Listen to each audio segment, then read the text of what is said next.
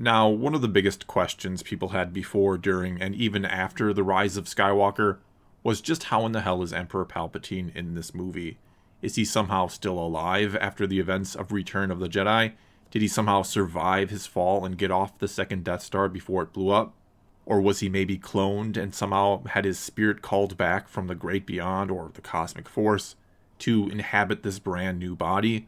Or could it be something even wilder, like did he use all his strength with the dark side to somehow keep his spirit alive and then he coalesced into a new body on Exegol? Did he achieve what his master Darth Plagueis could not? Could he save himself from dying? Well, according to the novelization of The Rise of Skywalker, which dubs itself the Extended Edition when it should maybe call itself the I'll try to explain things the movie didn't bother with edition, what we saw in the movie was a clone of Emperor Palpatine. Early in the book, when Kylo Ren encounters him on Exegol, he sees some equipment that reminds him of his time studying the Clone Wars and quickly realizes or notices there is some liquid running into Palpatine's body which is barely keeping a cloned version of him alive. And Kylo is somehow able to sense in his bones, it says, that this clone houses the actual spirit of the real Emperor Palpatine, but that it's basically too much power for this body to contain, and that it's dying. And mind you, I haven't read the book yet. A few advanced copies were sold at C2E2 in Chicago over the weekend, and no surprise, people have been posting excerpts and summaries of it online. So that's where I'm getting all this information from. When it does come out on March 17th, I'll sit down, read it, and give you my overall thoughts on the whole thing. Anyway, quite honestly here, no matter what idea for Palpatine's return they ultimately went with, whether that be the clone theory or he survived or something just crazy off the wall, it wasn't going to be an easy sell. Not only because his death in Return of the Jedi was obviously a major event in the history of Star Wars, but it was once what beautifully capped off the Skywalker saga when it was only 6 episodes. And in that movie, in episode 6, Darth Vader turning on his master and killing him not only signified the return of Anakin Skywalker to the light side, but with Palpatine and Vader now gone, it also brought about, presumably, a long-lasting balance of the Force. And though we don't technically see Palpatine die in Return of the Jedi, we don't see him go splat or get blown up, we do see that strange release of bluish energy, and not long after that, the Death Star explodes, so I think it's always been a pretty safe assumption that he does of course die. But if Darth Maul coming back in the Clone Wars taught us anything, it's that surviving a fall down a shaft just might be a Sith Lord's speciality. And I can only guess that the strange blue energy we see in Return of the Jedi, that Lucas likely included to show us some kind of proof he had actually died, will now be construed to imply that was the moment he freed himself from his body and somehow eventually made his way into a clone body. And though I wasn't the biggest fan of bringing Palpatine back in the first place, I did understand killing off Snoke in The Last Jedi had left J.J. Abrams with very few options for a big bad guy, even though Abrams claims bringing back Palpatine was the plan all along, which I'm not sure anyone really believes. Still, trying to be optimistic, I was open to accepting Palpatine's return if 2 things happened in the movie, one being at least a decent explanation for it. No, it didn't need to be long-winded and overly expository or anything like that. A few carefully crafted lines by Palpatine likely would have done the trick. Also, I felt like Anakin Skywalker needed to play a rather significant part in Palpatine's defeat, again. And of course, neither of those 2 things happened exactly, unless you consider Anakin's voice being heard among the many voices of other Jedi, most of which never became Force ghosts, a big part of the final victory. And you consider Palpatine telling Kylo Ren he'd died before as some sort of explanation implying he must be a clone or had returned some other way. Because that line, yes, does imply he had died on the second Death Star. Later in the movie, we also hear a member of the Resistance, after hearing Palpatine is back, mutter about dark science and cloning or something, which I guess turns out was our in-movie explanation for his return.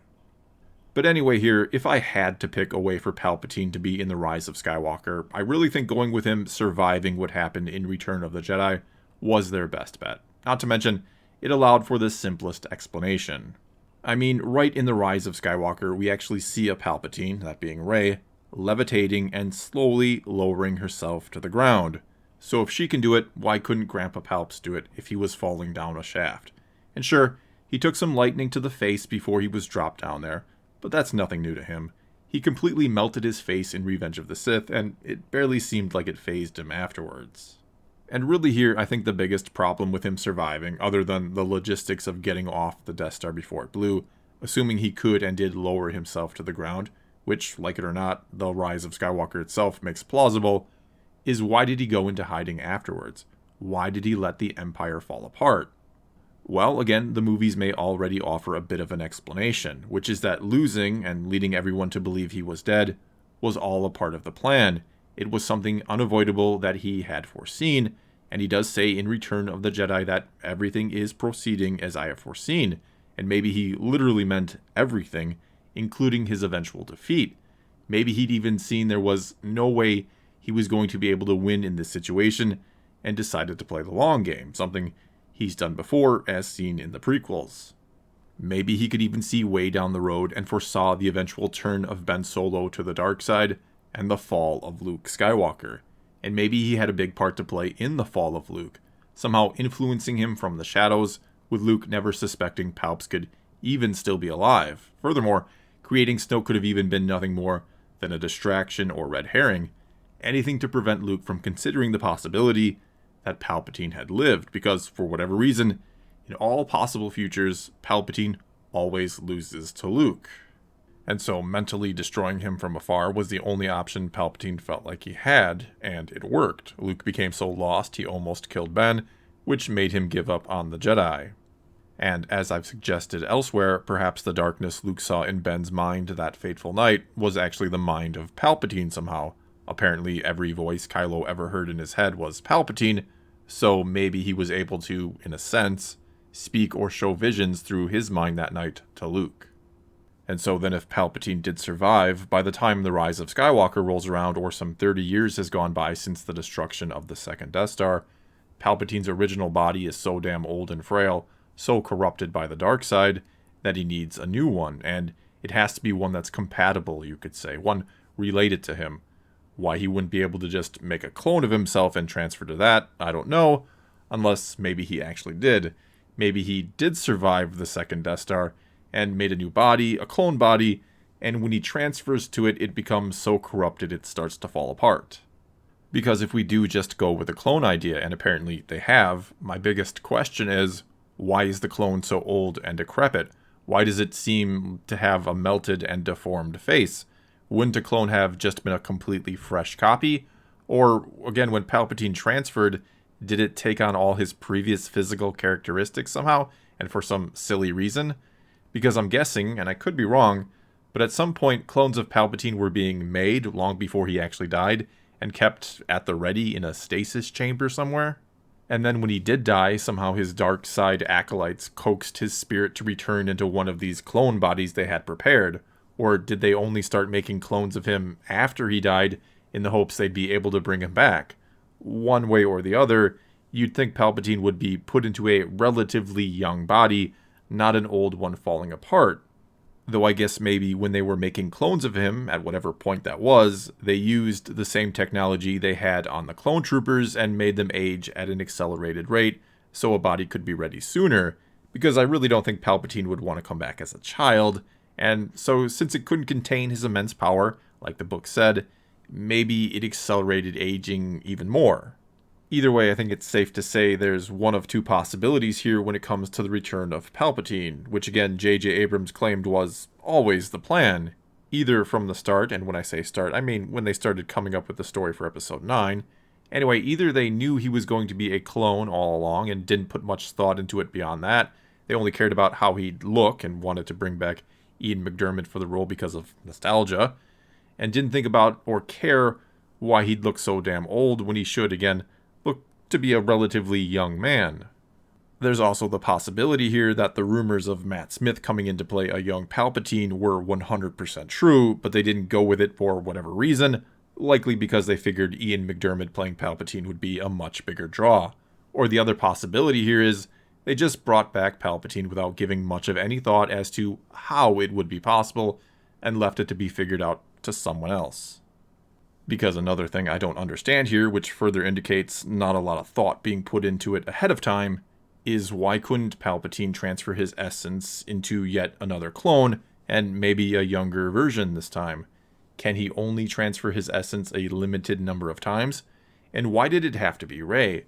I mean, a clone would be, more or less, an exact or perfect copy of Palpatine, right? So you'd think that'd be almost more desirable, whereas his granddaughter is only going to have like 1/4 of his DNA. And again, I know, the novelization says something about the clone body not being able to contain his immense power. So does it then have something to do with midi-chlorians, perhaps? When you clone someone, do they end up with a different count than the original? And I'm half joking and half serious here, because that would actually make for a pretty good explanation. The reason a clone doesn't work is because you can't clone midi-chlorians or guarantee a clone will end up with a high count. So Palpatine was put into a copy of himself that wasn't very strong with the Force, and it quickly started to fall apart. But I'm not sure that makes sense either, because his cloned self seemed quite powerful with the Force, and he even managed to drain Rey and Kylo and seemed to recharge himself completely. In other words, I think the answer here is very obvious. They didn't give this a whole lot of thought. Which is sad, because if you're going to do this, if you're going to continue a story that many would argue was not only completed before the sequel trilogy, but once had a damn near perfect ending, maybe sit down and iron out all the details before you just completely destroy continuity. Because, and I can only speak for myself here, you may feel differently and that's fine, but when it comes to a long-running story like Star Wars, I'm someone who values consistency even over the quality of the movie itself. And don't get me wrong here, we should always get both out of these films, both quality and consistency. But when you crap on the continuity and lore for the sake of one movie, it makes me less excited for anything else in the future, because again, I value that consistency. And so when you have an interesting idea that's consistent with, or maybe even enhances, existing lore that maybe doesn't get executed the best, and I'm looking at you, prequels, you can still be excited for more of it because the story, what it's always been and still could be, hasn't been destroyed. One of the reasons why the Clone Wars series was so great was because the idea or story behind the prequels was good and solid, though maybe not executed the best, and that show took those ideas and expanded on them and told a great story with them. The reason why a show like Resistance got ignored by most fans is, why do I want to watch an inconsistent mess of a time period expanded upon? So in closing here, the return of Palpatine came about because they painted themselves into a corner with The Last Jedi and killing Snoke, and then tried to do whatever they could with The Rise of Skywalker to get themselves out of it in a way that would draw in an audience and make them at least some money. And as I've said before, if they had prioritized just telling the best possible story, they not only would have still made a great deal of money off the sequel trilogy, but they would have generated excitement for the future of the franchise. And that's the real tragedy of the sequel trilogy. For many, it killed wanting to see and explore this galaxy any further. Because what's the point of a long, continuing story or a shared universe when it lacks consistency? Well, that's all I've got for you this time. Now it's your turn to tell me what you think about Palpatine being a clone in The Rise of Skywalker. Does it make sense to you or not? Do you love it? Do you hate it? Are you somewhere in between? Whatever you think, leave a comment below and let's talk some Star Wars. And until next time, thanks for watching.